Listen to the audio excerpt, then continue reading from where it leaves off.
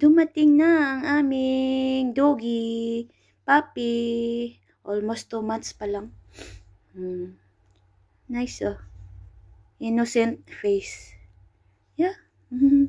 Gwapo yan eh, oh. Wala pang vaccine. Kasi, pinapakiramdaman pa kung okay siya. Wala pang vaccine yan. Wala pang lahat-lahat. Quarantine muna siya 5 days. Tapos ibalik na naman doon sa sa kanyang doktor. Buti nga hindi siya nagsuka. Kung nagsuka, hindi maganda na sign. Yeah? Coco. Coco yan. Coco. Yan na. Pasok na ikaw dito. Yan ang kagat-kagat ikaw. Laro na ikaw sa akin. Laki-laki ng paa, oh. 2 months pa lang. Cute-cute, ha? Cute-cute yan, ha? Cute-cute yan, eh. Yala, pasok na ikaw sa bed mo. Nagamit ko rin yung bed ni Zizi from sa bahay ni Sir Wasaf. Oh, ayan, ha? Ayan ako. May bagong alagaan. Cute-cute naman yan. Inosente ang mukha, oh. Gwapo-gwapo. Pasok na ikaw dito, ga. Pasok na ikaw, ga. Dito. Ngayon na, nakipaglaro-laro na siya. Hindi na siya takot masyado. Palagi na lang haplusin para hindi matakot. Ayan, yan. Yan. Yan.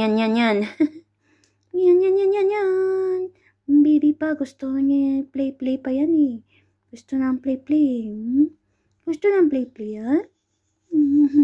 Dig. Dig.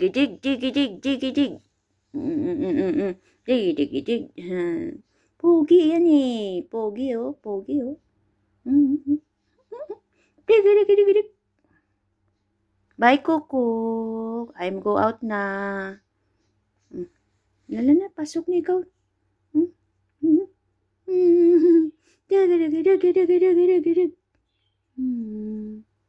Yung nose, oh. Pogi yan, eh. Handsome yan, eh, oh. Ang laki-laki niyang kamay. Yung big hands yan, big hands. Nako. Kagigil.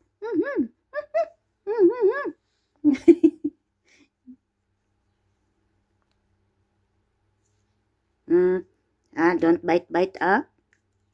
Wag don't learn how to bite, okay? Pasok na ikaw dito. Come in na. Come into your bed. Dig.